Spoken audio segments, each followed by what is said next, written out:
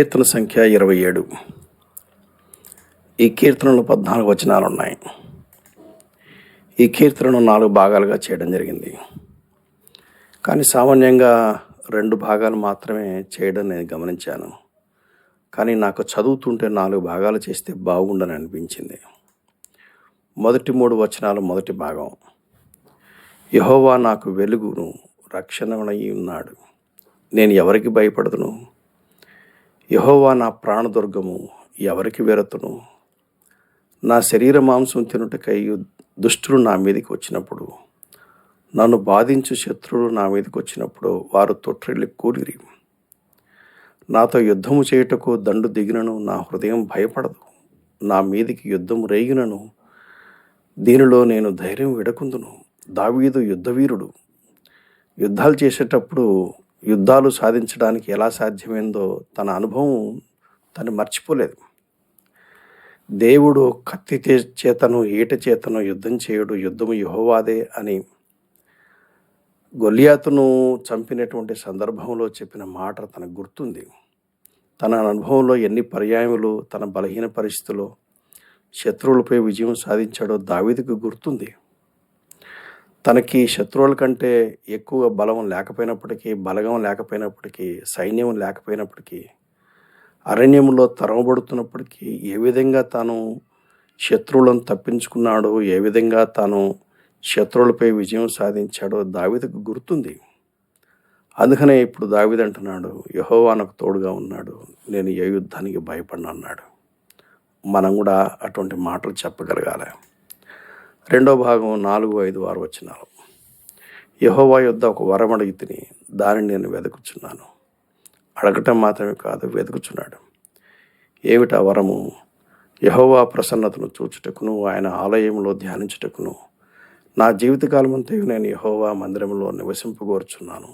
ఆపత్కాలమున ఆయన తన పర్ణశాలలో నన్ను దాచును, తన గుడారపు మాటున నన్ను దాచును. ఆశ్రయ దుర్గము మీద ఆయన నన్ను ఎక్కించును. ఇప్పుడు నన్ను చుట్టుకొని ఉన్న నా శత్రువుల కంటే ఎత్తుగా నా తల ఎత్తబడును.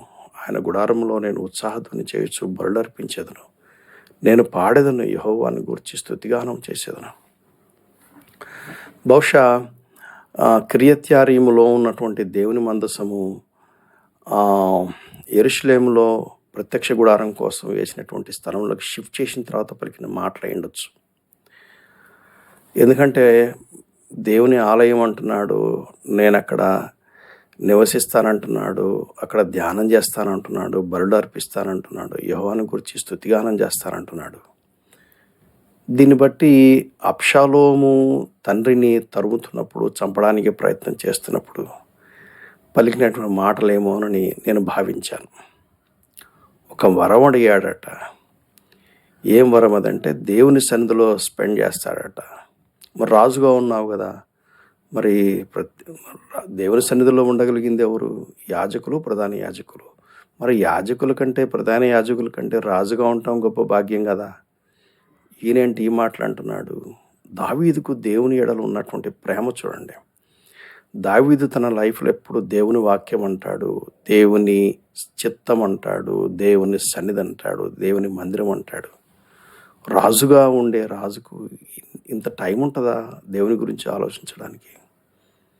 రాజు యొక్క కోరిక చూడండి. ఒక వరం అడిగాను, ఆయన సన్నిధిలో నన్ను దాచుతాడు, శత్రువు నన్ను ఏం చేయలేడు, అక్కడ బలులు అర్పిస్తాను, ఆయన గుడారంలో ఉత్సాహధ్వని చేస్తాను, స్తుతిగానం చేస్తానంటున్నాడు. అద్భుతమైనటువంటి కోరిక. అందుకే ఈ భాగానికి నేనేం పేరు పెట్టానంటే, యెహోవా సన్నిధిలో నాకు భద్రత ఉంది, ఈ ఆపదకైనా నేను భయపడక్కర్లేదన్నాడు. యెహోవా సన్నిధిలో నేను ఉన్నాను, ఏ యుద్ధానికి భయపడను అంటాడు. యెహోవా సన్నిధిలో నాకు భద్రత ఉంది, ఈ ఆపదకైనా భయపడ అవసరం లేదంటాడు. 3వ భాగం 7వ వచనం నుండి 12వ వచనం వరకు. యెహోవా, నేను కంఠధ్వని ఎత్తి నిన్ను ప్రార్థించినప్పుడు నా మనవి ఆలకింపుము, కరుణతో నాకు ఉత్తరమిమ్ము. నా సన్నిధి వెదకుడని నీవు సెలవీయగా, యెహోవా నీ సన్నిధి నేను వెదకదనని నా హృదయం నీతో అనను. నీ ముఖమును నాకు దాచుకుము, కోపము చేత నీ సేవకును తొలివేయకుము. నా సహాయకుడు నీవే, రక్షణకర్తవగు దేవా, నన్ను దిగనాడకము, నన్ను విడవకుము. నా తల్లిదండ్రులు నన్ను విడిచినను, యెహోవా నన్ను చేరతీయను. యెహోవా నీ మార్గమును నాకు బోధించుము. నా కొరకు పొంచియున్న వారిని చూచి సరళమైన మార్గమున నన్ను నడిపించుము. అబద్ధ సాక్షులను క్రూరత్వం వెళ్ళగొక్కు వారును నా మీదికి లేచి ఉన్నారు. నా విరోధుల ఇచ్చకు నన్ను అప్పగింపుము. ఈ భాగంలో చూస్తే టోన్ మారినట్టుగా కనపడుతుంది. ఏం చేతనంటే అది వరకు యెహోవా నాకు తోడుగా ఉన్నాడు, ఏ యుద్ధానికి నేను భయపడను, ఎంతమంది నా మీద పడినా నేను కంగారు పడను అంటున్నాడు. దేవుని సన్నిధిలో నేను దాక్కుంటాను, నాకు ఆపదంటే నాకేం భయం అనేది లేదంటున్నాడు. అటువంటి వాడు వెంటనే మళ్ళా ప్రార్థన చేస్తున్నాడు.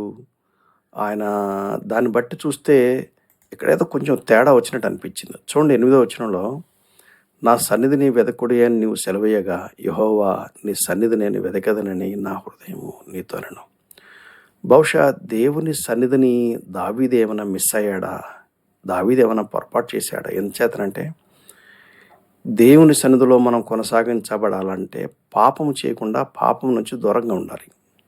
పవిత్రమైన దేవునితో సహవాసం చేయాలంటే పాపంతో పొత్తు పెట్టుకుంటే కుదరదు. అందుకనే 9వ వచనంలో అంటున్నాడు, నీ ముఖమును నాకు దాచుకము, కోపము చేత నీ సేవకుని తోలువేయకము, నన్ను దిగనాడకము, నన్ను విడవకము అంటున్నాడు. దేవునికి ఏమైనా కోపం వచ్చి పనిచేశాడా, దేవుడేమైనా తోలివేసే పని చేశాడా మనకు తెలియదు. ఆ బ్యాక్గ్రౌండ్ మనకు వివరాలు మనకు తెలియదు. అయితే దావీదు ఏం చేశాడంటే ఆయన ప్రమాదంలో ఉన్నాడని అర్థమైంది.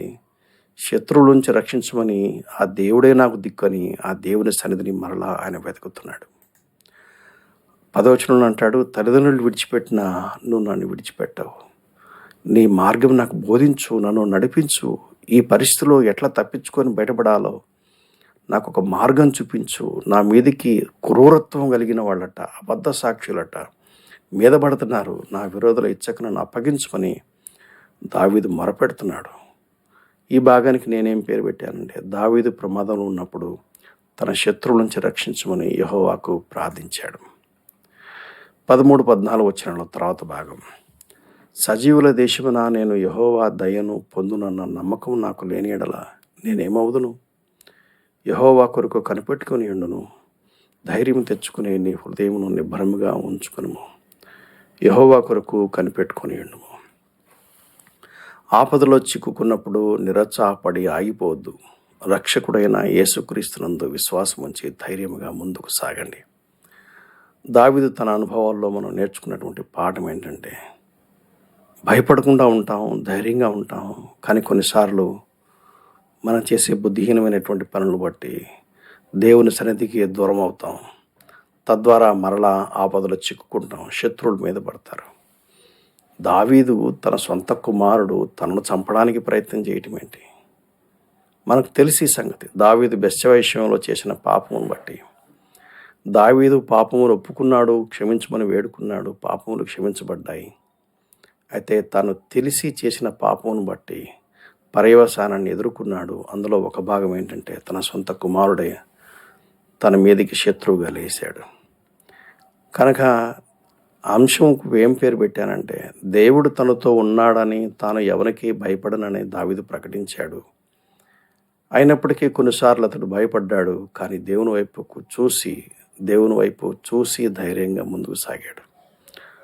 మనం కూడా ఈ పాఠం మనం నేర్చుకోవాల్సి ఉంటుంది. ఎందుకంటే ఈ భూమి మీద మనం ఎవరు కూడా పర్ఫెక్ట్గా జీవించలేము.